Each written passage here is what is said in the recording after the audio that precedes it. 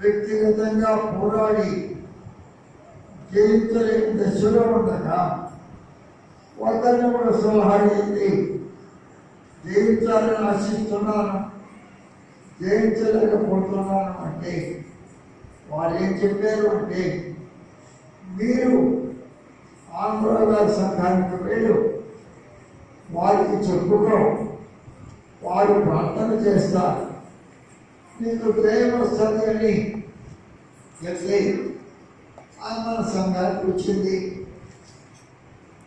ప్రార్థన చేశాం, దేవుడు ప్రేమించాడు. అయితే సేవ కొరకు ఆశించింది. కాలం నడుస్తున్న కొలది కొన్ని వ్యత్యాసాలను బట్టి అక్కడ సేవ ప్రత్యేకంగా చేస్తున్నారు. అయినా ప్రార్థన చేస్తున్నాం. మనం ప్రారంభించాం, ఆ సేవ నిలిచి ఉండాలని ప్రార్థన చేస్తున్నాం. కాబట్టి పిల్లరా, సిలువ చెంత చేరినాడే పరుషుమెల్లా పోవడం. ఇది సిలువ శక్తిని భూలోకంలో ప్రభు అనుగ్రహించిన ముందు ప్రభు అయిన దేవుడు, ఈ మహాఘనుడు, ఈ మహోన్నతుడు, ఈ పరిశుద్ధుడు యేసు ప్రభువుగా వచ్చి ఈ భూలోకంలో సేవ చేస్తున్నప్పుడు ఒక దినం ఆయన బోధలో ఈ సంగతి చెప్పాడు. ఈ భాగాన్ని చదువుదాం. లూకా సువార్త 12వ అధ్యాయము 54వ వచనం నుండి కొన్ని వచనాలు చదువుకుందాం. లూకా సువార్త 12వ అధ్యాయం 54 నుండి వచ్చినారు. మరియు ఆయన జన సమూహంతో ఇట్లా నేను మీరు పడమటి నుండి మబ్బు పైకి వచ్చి చూచినప్పుడు వాన వచ్చుచున్నదని వెంటనే చెప్పుదును, అలాగే జరుగును. దక్షిణపు గాలి విసుట చూచినప్పుడు వడగాలి కొట్టిన చెప్పుదురు, అలాగే జరుగును. వేషధారులారా, మీరు భూమి ఆకాశముల వైఖరి గుర్తింపనెరుగుదురు. ఈ కాలంలో మీరు గుర్తింపనెరుగునేరా? ఆయన బోధించే బోధలో ఒక అంశముగా ప్రభు బోధించారు. ఒక సమయంలో దానియేలు గారు మిగిలిన కొందరు సంస్థలు స్థాపించిన వారు సమావేశమైతే దానియేలు గారు క్రైస్తవుడు, మిగిలిన వారు చాలా భాగం హిందువుల నుంచి వచ్చినటువంటి వారు. దానియేలు గారు అన్నారు, మీరు హిందువుల నుంచి వచ్చి దేవుని నమ్ముకొని దేవుని కనపరుస్తున్నారు, నాకంటే మీరు గొప్పండి. వారు ఒకేసారి ఏకదానికి అన్నారు, మేము సేవ చేస్తున్నాము కానీ మా సొంత వారు రక్షించబడలే. మీరు సేవ చేస్తున్నప్పుడు మీ సొంతదారులు, మీ పిల్లలు రక్షించబడి కుటుంబ సమేతంగా సేవ చేస్తున్నారు. మీది గొప్ప సేవని వారందరూ దాన్ని అభినందించారు. అవును, కుటుంబపరంగా సేవ చేయడం సులభము కాదు. ఫెలోషిప్లో ఒక సేవకుడు ఉన్నారు, ఆయనకి 4 కొడుకులు ఉన్నారు, 2 కూతుళ్ళు ఉన్నారు. అయితే సాధారణంగా వస్తా పేదవాడు ఆ మొదటి కాలంలో సేవ చేస్తుంటే పిల్లలు పెరుగుచుండగా పేదరికాన్ని అనుభవిస్తూ ఉన్నారు. అయితే కొడుకులైన వారు, కూతురులైన వారు ఈ తండ్రిని నిందించారు, నీవు సేవని సేవలో పిలిచావు, మాకు నిండాల ఆహారం లేదు, నిండాల ఉండడానికి వస్తువులు లేవని నిందించారు. ఈ సేవకుడు నాతో చెప్పి నేను అక్కడికి వెళ్ళినప్పుడు కన్నీరు మున్నీరు అయ్యారు. పిల్లలందరినీ పిలిచా, కూర్చోబెట్టా. దేవుని సేవ ఘనమైంది, విలువైంది. మీ తండ్రి చేస్తున్నాడు. సరే, మీరు పేదరికాన్ని అనుభవిస్తున్నారు, దేవుడు దీవిస్తాడు. ప్రభు వైపు చూడండి, మీ తండ్రితో మాట కలపండి, మనస్సు కలపండి, సేవలో ఉండండి అని వారి ప్రేమతో చెప్తే విన్నారు. కొంతకాలం అయిన తర్వాత ఆ పేదరికంలో చదువుకున్నారు. ఈనాడు వాళ్ళు ఉద్యోగాలు చేసుకుంటూ క్షేమంగా ఉండి మంచిగా ఇల్లు కట్టుకొని ప్రభువుని ఘనపరుస్తున్నారు. చూడండి, ప్రభు సహాయం చేస్తాడు. ఈయన బోధ చేస్తున్నాడు. మీరు మబ్బుపై చూచినప్పుడు, గాలి చూచినప్పుడు గాలి వేడిని గుర్తిస్తారు. వర్షం వస్తుంది అంటారు. అలాగే వర్షం వస్తుంది, కొన్నిసార్లు వడగాలి వస్తుంది. వడగాలిని చూసి దాని వైపుని గ్రహిస్తారు. నిన్నటి పగలు మనకి కొండగాలి పుట్టింది, దాన్ని వల్లపు గాలి అంటారు. ఒక దశలో కొండగాలి అంటారు. దానికి మనం కూర్చు వెళ్ళినవాడు. కొండగాలి కొడితే వర్షం తప్పగా వస్తుంది అని చెప్తాను. నేను చెప్పలేదన్నాను. ఇవాళ కొండగాలి కొడుతుంది, దీన్ని వల్లపు గాలి అంటారు. ఖచ్చితంగా మనకు వర్షం పడుతుంది అన్నాను. నాకున్న చిన్న అనుభవం. అలాగే రాత్రి ప్రభు కరుణించాడు, మనకు కొంచెం వర్షం ఇచ్చాడు. మన పొలాలకి జీవాన్ని పోశాడు. ఇటువంటి అనుభవాలు కొన్ని అనాది పెద్దలు అనుభవించిన విధానం మనం చూస్తూ ఉన్నాం. దానిలో గారు మన ఊరు వచ్చినప్పుడు కొద్దిగా సౌఖ్యం లేదు, జిల్లా నుంచి రోడ్లు కూడా లేవు. ఆయన అన్నాడు, ప్రార్థన చేద్దాం, దేవుడు రోడ్లు ఇస్తాడు, మంచి ఏర్పాట్లు ఇస్తాడు అన్నాడు. ఆయనకున్న గుడి ప్రార్థన చేశాడు. ఇవాళ మనం చీరాలు వెళ్ళాలంటే స్వర్ణ మీదుగా వెళ్ళినా, పచ్చూరు మీదుగా వెళ్ళినా మంచి రోడ్లలో ప్రయాణం చేస్తున్నాం. బస్సుల్లో వెళ్ళినా, సైకిల్ మీద వెళ్ళినా, మోటార్ సైకిల్ మీద వెళ్ళినా, ఏ నెట్స్ వెళ్ళినా మంచి ప్రయాణం చేస్తున్నాం. ప్రభు యొక్క కృప, ప్రభు దీవెన. ఇటువంటి మహానుభావుడు, ఈ మహాఘనుడు ఆయన క్రీస్తు ప్రభువుగా బోధించే కాలంలో ఆయన బోధలో ఈ వాక్యం చెప్పాడు. ఇలాగ బోధలు చేసి చివరికి లోకం నిమిత్తమై శిలువను భరించాలి, శిలువను మోయాలి. శిలువే లోకానికి శరణ్యం. శిలువ లేకుండా ఎవ్వరూ ఏది చేయించలేదు. అయితే ఆయన శిలువలో పలికిన ఒక విషయాన్ని గుర్తు చేసుకొని మన వర్తమాన భాగాన్ని గుర్తుకున్నాం. దైవ గ్రంథం నుండి లూకా సువార్త 23వ అధ్యాయం 39వ వచనం నుండి కొన్ని వచనాలు చదవండి. వేలాడ వేయబడిన నేరస్తుడు ఒకడు ఆయన దూషించుచు నువ్వు క్రీస్తువు కదా, నిన్ను నువ్వు రక్షించుకోనము, మమ్మల్ని కూడా రక్షించమని చెప్పాను. అయితే రెండవ వాడిని గద్దించి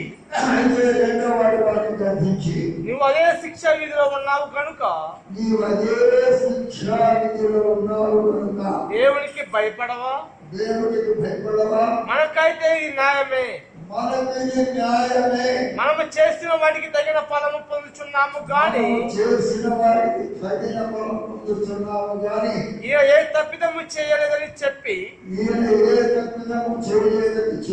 ఆయన చూచి యేసు నీవు నీ రాజ్యంలోకి వచ్చినప్పుడు నన్ను జ్ఞాపకం చేసుకోవడమని అందుకు ఆయన వాడితో నేడు నువ్వు నాతో కూడా పరదైసులో ఉన్నవాడి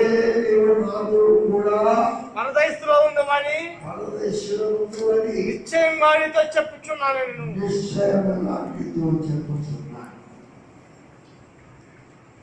ఈనాటి వర్తమాన భాగానికి 3 వాక్య భాగాలు, 3 విధానాలు. ఒకటి పాత నిబంధనలో ఉన్న యెషయా గ్రంథంలో 57:15 చూశారు.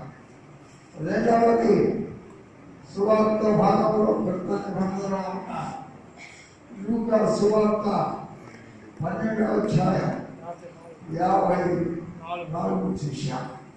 మూడవది కొత్త నిబంధనలో నుండి లూకా సువార్త 23వ అధ్యాయం 39 చూశారు. ఇక్కడ మనం ఇద్దరు దొంగల గురించి 2 మాటలు చెప్పుకుంటాం. ఆ కాలంలో బరబ్బా ఉన్నాడు. బరబ్బా దొంగలకు నాయకుడు. ఆ కాలంలో బరబ్బా ఉన్న మనసు భాగ్యవంతులు కొనగొట్టి పేదలకు పెట్టాలి అని ఆయనకున్న మనసు. అందువల్ల ఆయన ఒక ముఠా నిర్మాణం చేశాడు. బరబ్బాకి దొంగలకు రాజని పిలుపు కూడా ఉన్నది. అయితే ఆ ప్రాంతంలో ఉన్న ఇద్దరు దొంగలు దొంగతనం చేస్తుండగా పట్టుబడ్డారు. అయితే యేసు ప్రభుతో పాటు వారిని కూడా శిలువడానికి అప్పచెప్పారు. మొదటి వాడేమో యేసు ప్రభువుని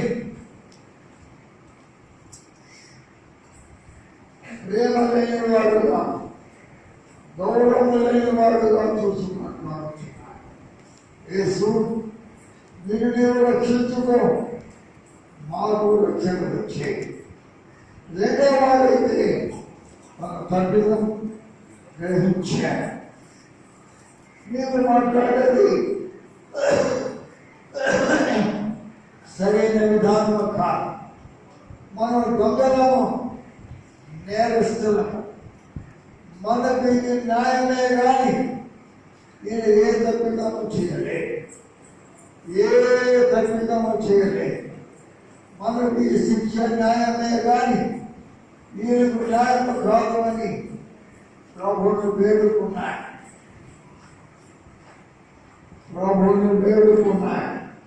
యేసు ప్రభువా, నీవు నన్ను క్షమించము. నీ రాజ్యాన్ని స్థాపించినప్పుడు నన్ను జ్ఞాపకం చేసుకోమని ప్రభు కరుణించాడు. ప్రభు సహాయం చేశాడు. నేను నీవు నాతో కూడా ఆ వయస్సులో ఉంటావని గొప్ప ఆదరణ ఇచ్చాడు. ఇంకో విషయం చెప్పి ముగిస్తా. ప్రారంభ కాలంలో సహవాసము చిన్నది, కొంతమంది సేవకులు. అయితే నేను మరికొందరిని దూర ప్రాంతంలో ఉన్న ఒక గ్రామానికి వెళ్ళి కూటాలు ప్రారంభించాను. ఒక భాగ్యవంతుడు చెన్నాడు, ఏమండి మీరు చెప్పే మాటలు చూడటం వెళ్ళి ఆ దొంగలకు చెప్పండి, మాకెందుకని చెప్పేది, మేము దొంగలమా, మేము కష్టపడి చేరామని ఒక రాత్రి నన్ను కలిసి ఆయన చాలా వ్యత్యాసంగా మాట్లాడారు. అప్పుడు చెప్పాను, ఏమండి శివపురం నుండి ఈ ప్రాంతానికి వెలుగు పాకింది. రేపు శివపురం దొంగరామయ్యని యేసుదాసుగా మార్చబడిన వ్యక్తి వస్తాడు, మీరు తప్పకుండా రండి. అతడు ఆశ్చర్యపడ్డాడు. ఏమిటి, శివపురంలో మీరు సేవ చేస్తారా? అవును సార్. మా సహవాసం మొట్టమొదటిగా ఆంధ్రప్రదేశ్లో గుంటూరు జిల్లాలో శివపురంలో జాను గారు అని వెలుమూర్తి ప్రారంభించారు. ఈనాడు అక్కడ పెద్ద సభ సేవకులు ఉన్నారు. రేపులన్నీ వింటారు. మీరు ఆశ్చర్యపడ్డారు. సుమారు దొంగల వచ్చారా మీరు? అవునండి, మేము కాదు, సహవాసి భారత దేవుడు మార్చాడు. రేపు వాళ్ళు అందరూ వచ్చి ఈ కూటలు జరుగుతుంది. ఇంకా ఒక్కరోజు అయింది, 2 రోజులు ఉన్నవి అంటే ఆయన ఆశ్చర్యపడ్డారు.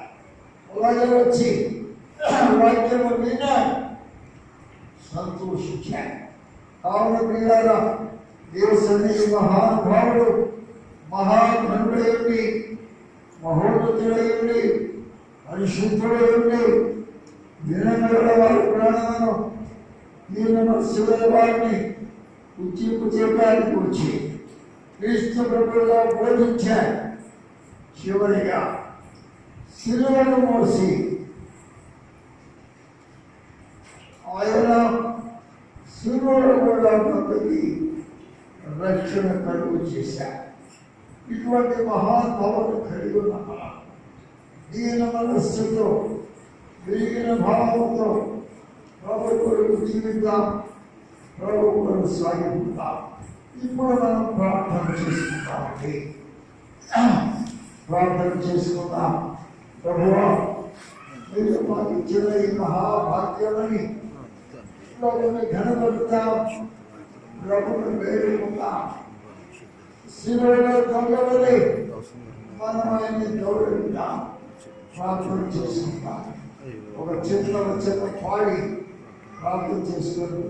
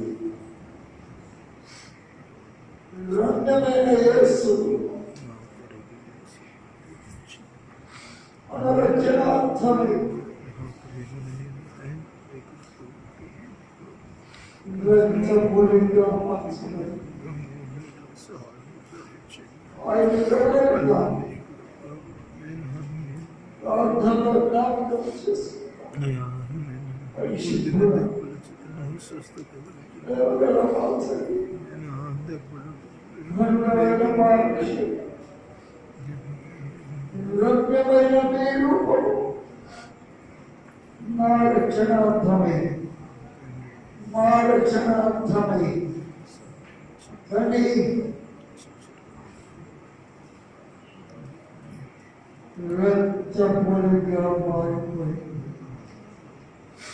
రక్తపొడిగా మారిపోయి మీ శిష్యుడే తోమాకి రాజ్య భారమును పెట్టి ఈ భారతదేశాన్ని తీసుకుని వచ్చి ఆయన మొదటి ఆధ్యాత్మిక జ్యోతి కేరళలో వెలిగించాడు.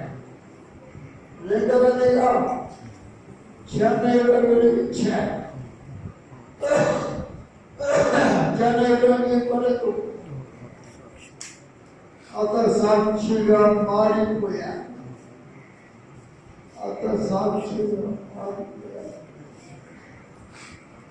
మీరు శిలువలో మరణించారు.